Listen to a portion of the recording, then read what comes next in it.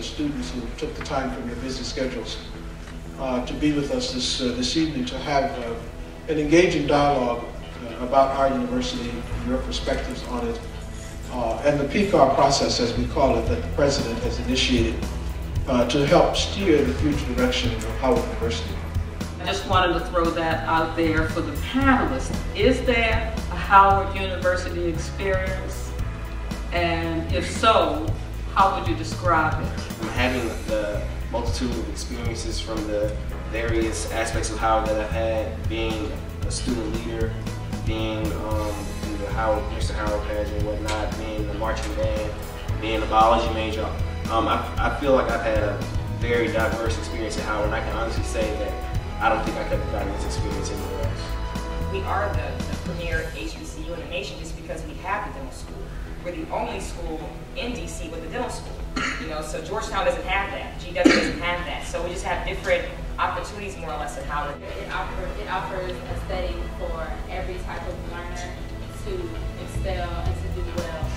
It doesn't matter like at what level you came in at, you can do pretty much just as well as anybody else who came in at any other level.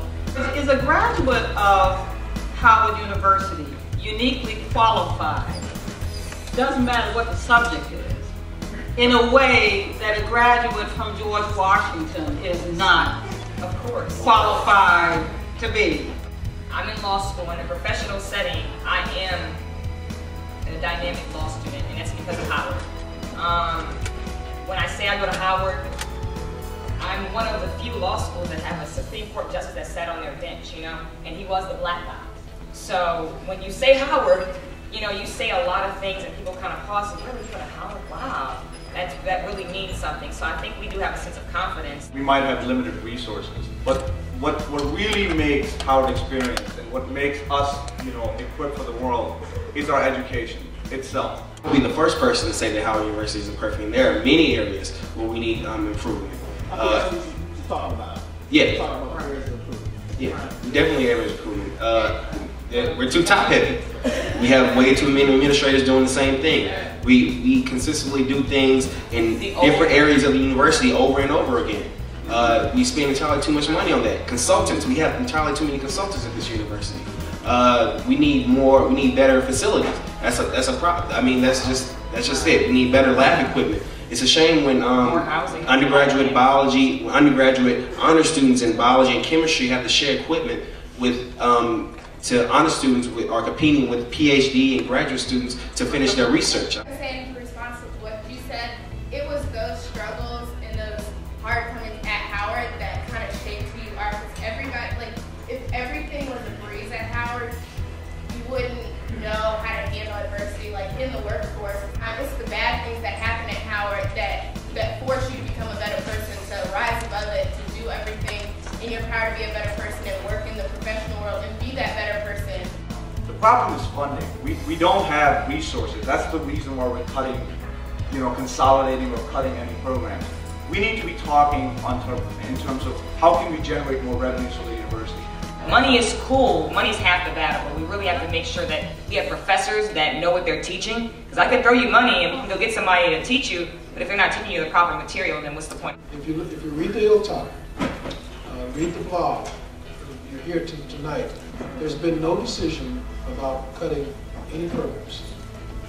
That's coming from the President himself, that's coming from me as chair of PCAR. There's been no decisions about cutting programs. Do your work. Roll up your sleeves. Do everything your mother and father expects you to do while you're here. Don't throw it away. Don't reface it so much that it becomes Blacktown, USA. It's happening everywhere in this country. Don't let them take Howard. You're sitting in somebody's seat. Somebody great who came before you. You have way more than they ever had. Don't take it for granted. Thank you. We're very pleased with tonight's town hall meeting because we had, first of all, a good student turnout, and the panel was very good because it talked about both the pros and the cons of Howard University, and they talked about those things that they expect from PCAR. I was very happy to be able to very directly answer students' questions about PCAR. Some that were informed and some that were not, and I was pleased with the toughness of the questions. They're very perceptive questions. They were asking about things that relate to how to make sure that Howard survives and lives up to its mission. So I was very pleased with the PCAR session tonight.